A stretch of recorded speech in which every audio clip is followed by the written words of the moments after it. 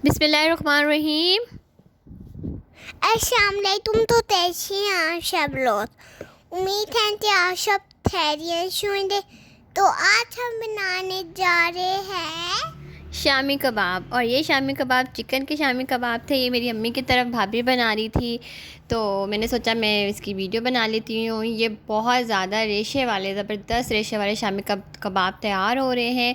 इसके लिए 2 किलो चने की दाल थी और 1.5 किलो गोश्त था।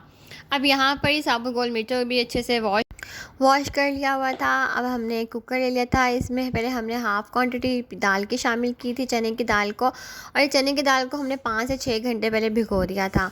उसके बाद में बोनलेस चिकन था, ये भी हमने इसमें हाफ़ पहले शामिल किया था। फिर 30 to 40 जो है साबुत गोल मिर्चें थी। फिर 4 टेबलस्पून भर के पिसा गरम मसाला था और 4 टेबलस्पून ही हमने इसमें शामिल किया था नमक का। इसके बाद इसमें शामिल कर दिया था पानी इसमें शामिल किया था 1.5 गिलास। और फिर इसको हमने कर लिया था अच्छी तरह मिक्स। अच्छा, हमारी क्वांटिटी ज़्यादा थी तो पहले हमने हाफ़ क्वांटिटी कुकर में लगाई थी। उसके बाद दोबारा से हमने दाल और गोश्त को दोबारा से 2 बार हमारा कुकर लगा था। मटेरियल माशाल्लाह हमारा ज़्यादा था। अब इसके बाद इसमें फ्रेश पिसा हुआ अदरक लहसुन का पेस्ट शामिल कर दिया था, ये 6 टेबलस्पून था। और फिर इसको फिर से मिक्स किया और इसको कुकर लगा दिया था 15 मिनट के लिए।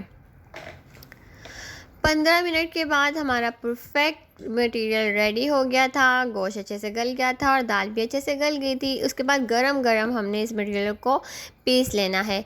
ये घोटने से ही भाभी ने इसको पीस लिया था। गरम गरम पीसें तो ये बहुत अच्छा और बहुत जल्दी पीस जाता है और ये रेशेदार जो है कबाब बनते हैं। तो यहाँ पर ये इसको पीस लिया हुआ था, ये देखें। और यहाँ पर कितना अच्छा हमारा रेशे वाले शामी कबाब का मटेरियल तैयार हो गया था। अब मटेरियल ठंडा होने के बाद इसमें ढेर सारा जो है वो धनिया शामिल कर दिया था फ्रेश, और फ्रेश ही हमने इसमें पुदीना शामिल कर दिया था। उसके बाद इसको ये भाभी मिक्स कर रही थी। तो मैं अम्मी की तरफ गई हुई थी, तो वहाँ पर ये भाभी कबाब बना रही थी। तो मैंने सोचा कि मैं इसकी जो है ना वीडियो शूट कर लेती हूँ आप सब के लिए, कि आप लोगों से भी शेयर करूँगी कि मेरी अम्मी की तरफ कैसे कबाब बनते हैं। तो यहाँ पर ये जो भाभी ने जो थोड़ा सा गोश्त था ना चिकन का, वो निकाल लिया हुआ था, ये बॉयल यानी कि पक्का हुआ गोश्त।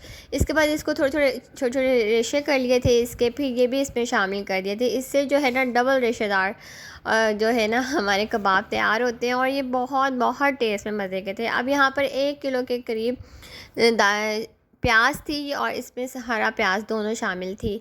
ये चॉप प्याज थी, ये इसमें शामिल कर दी थी, क्योंकि कबाबों में जो प्याज है ना चॉप की हुई वो बहुत अच्छी लगती है, मुझे तो बहुत पसंद है।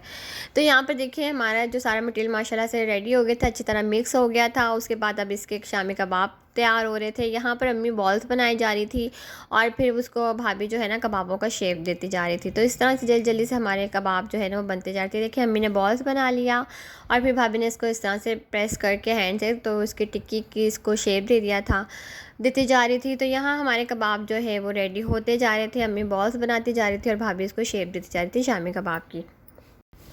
और यहाँ पर हमारी जो टिक्कियाँ हैं ये रेडी होती जा रही हैं, इसको हम ट्रे में लगाते जा रहे थे। और देखिए माशाल्लाह से हमारे कबाब बन गए थे। तो यहाँ पर हम इसको शीट लग से कवर करते जा रहे थे। उसके बाद हमने इसको फ्रीज़ कर लिया हुआ था। अब नेक्स्ट डे ये देखिए कबाब हमारे फ्रीज़ हुए थे और फ्रीज़ हुए ही कबाब जो है ना डायरेक्ट अगर आप उसको फ्राई करें तो बड़े अच्छे फ्राई हो जाते हैं। तो यहाँ पर अम्मी की तरफ ही कबाबों के अंदर जो है ना वो एग शामिल नहीं किया जाता, बस बाद में एग में इसको एग के साथ बाद में इसको फ्राई किया जाता है।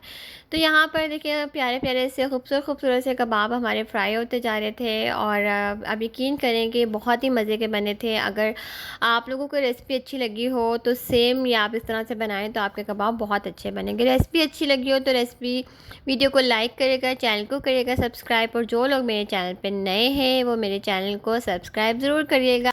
तो यहाँ पर हमारे कबाब फ्राई भी होते जा रहे थे। तो मैंने आपके साथ पूरी रेसिपी शेयर की है कबाब का मटेरियल बनाने से लेकर कबाब फ्राई होने तक। तो उम्मीद है कि आपको मेरी वीडियो अच्छी लगी होगी।